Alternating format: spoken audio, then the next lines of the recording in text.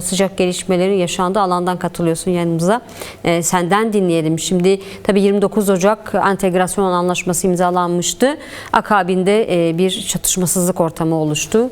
Çatışmalar durdu. Ancak tabii aradan bir ayı aşkın bir süre geçti ve entegrasyonun yavaş ilerlediğine dönük eleştiriler de vardı. Örneğin işte HESEK'lilerin geri dönüşü için aynı zamanda hala esirler noktasında hala önemli bir gelişme olmadı.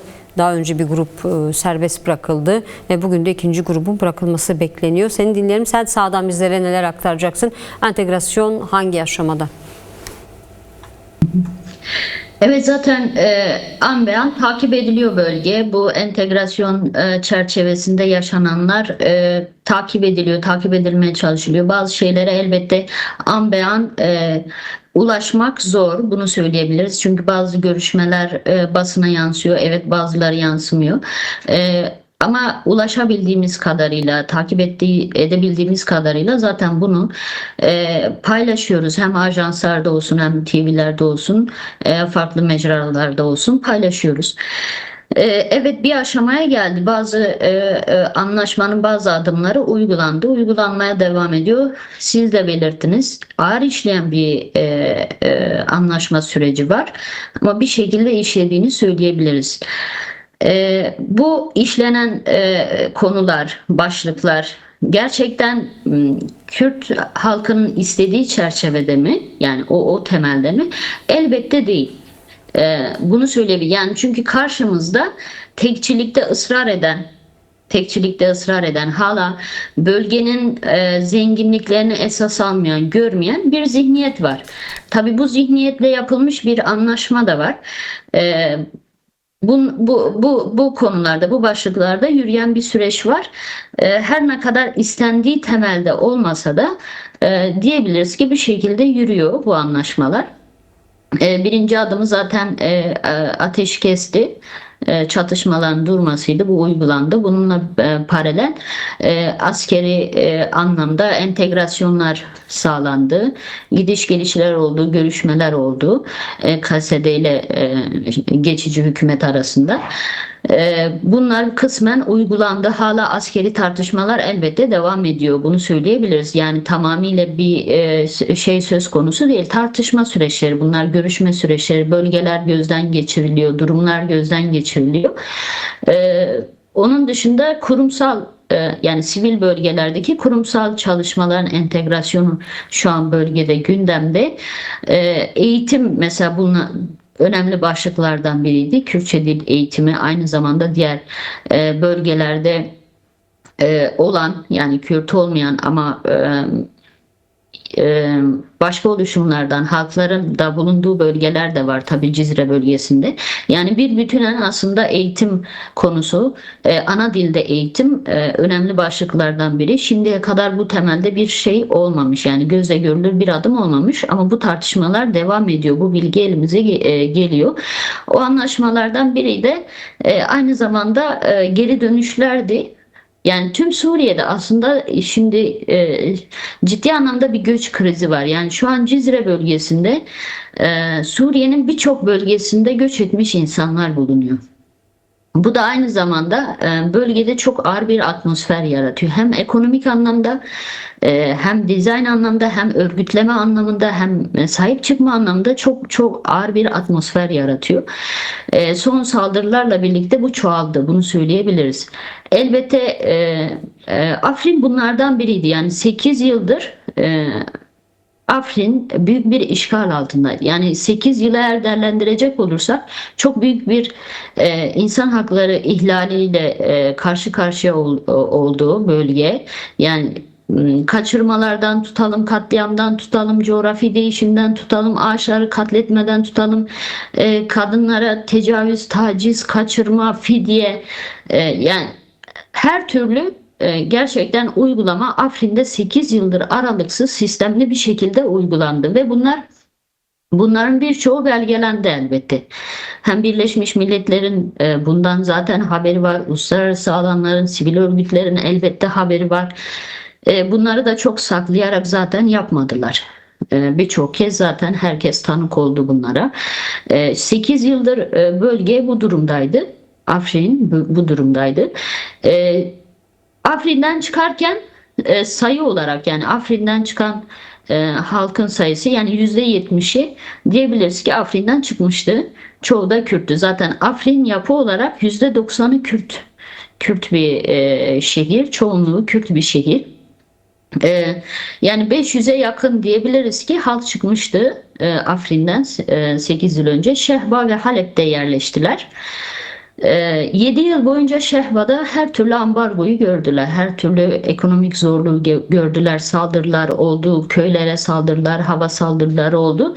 Bunlar hepsi Türk devleti tarafından, Türk devletinin çetelerinin desteklediği güçler tarafından sürekli oldu. Yani o 7 yılda Şehba'da, Halep'te halk her türlü şeyi yaşadı. Bunu söyleyebiliriz.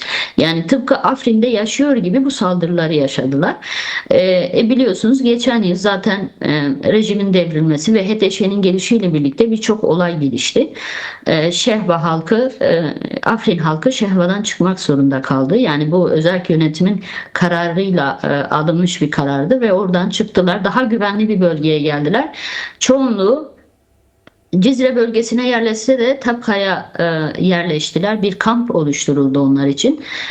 Orada gerçekten hem ekonomik anlamda hem sosyal anlamda birçok ihtiyaçlar karşılandı. Bunu da burada bu detay olarak bunu söyleyeyim. Şu an mesela Tabka'da Şehba halkı için, yani Afrin halkı için yapılmış olan o imkanlar, işte o kamplar vesaire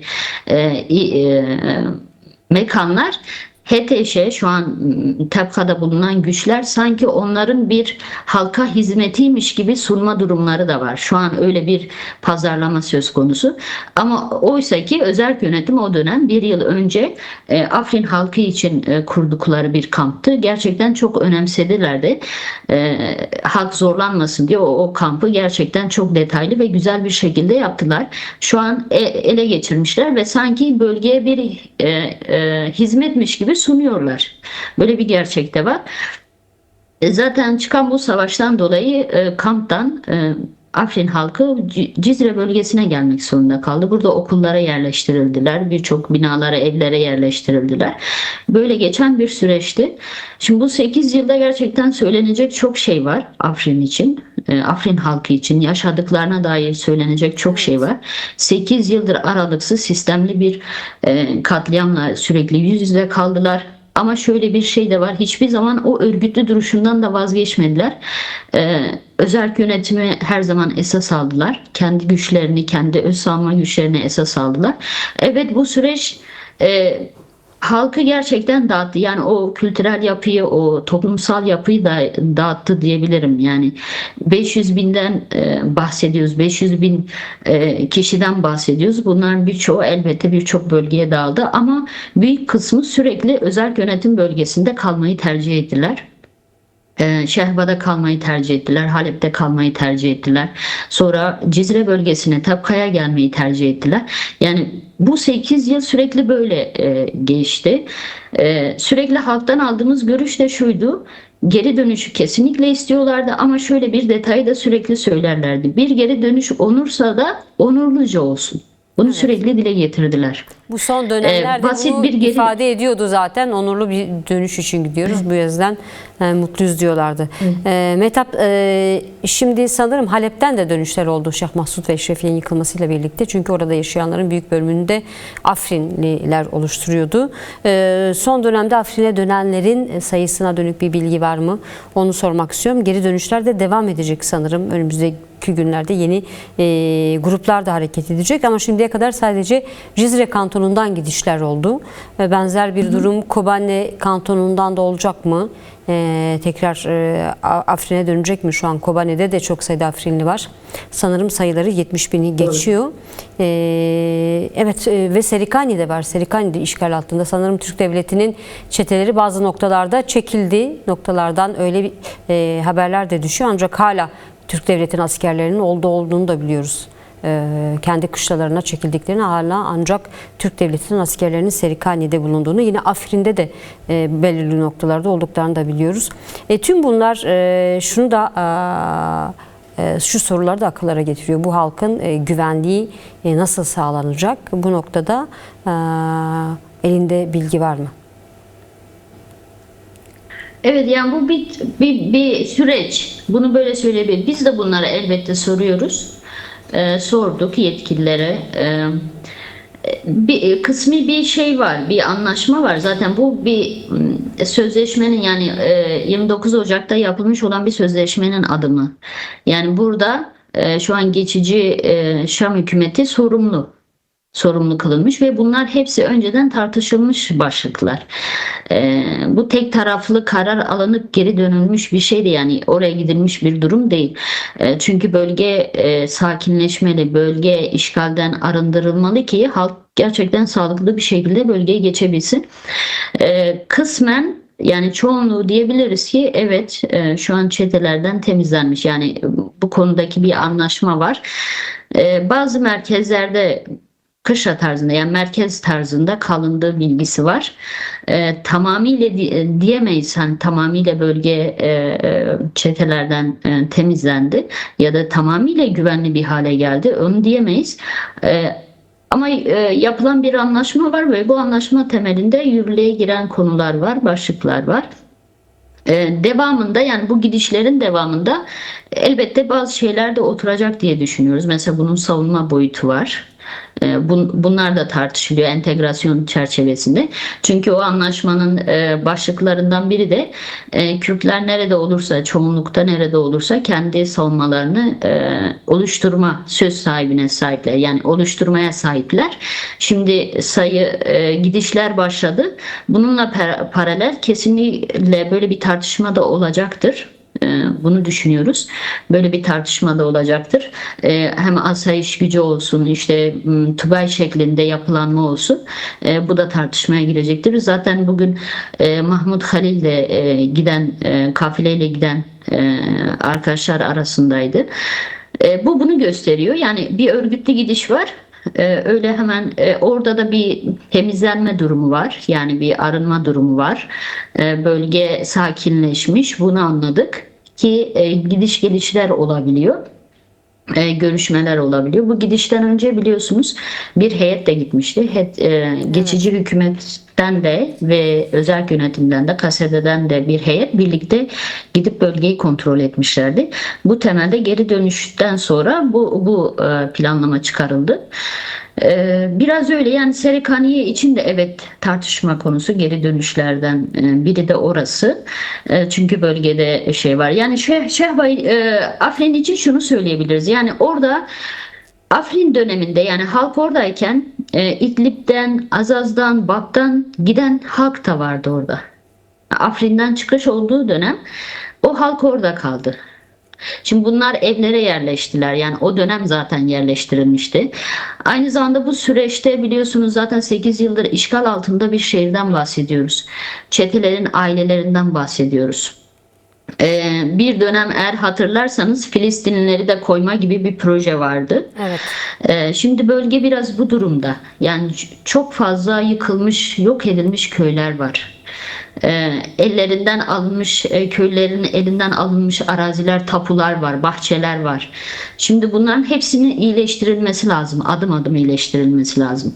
İyileştirilmesi için de halkın kendisi orada hazır olmalı. Evet. Böyle bir gerçeklik de elbette var. Şimdi bunun için de bir planlama var. Yani bu iyileşme süreci, işte yıkılan köyler, evler, çok harap edilmiş yerler de var. Şimdi bu giden kafilelerle birlikte, ailelerle birlikte bunu söyleyebilir. Bir inşa süreci de olacak yani. Görülen o. Bir inşa süreci olacak.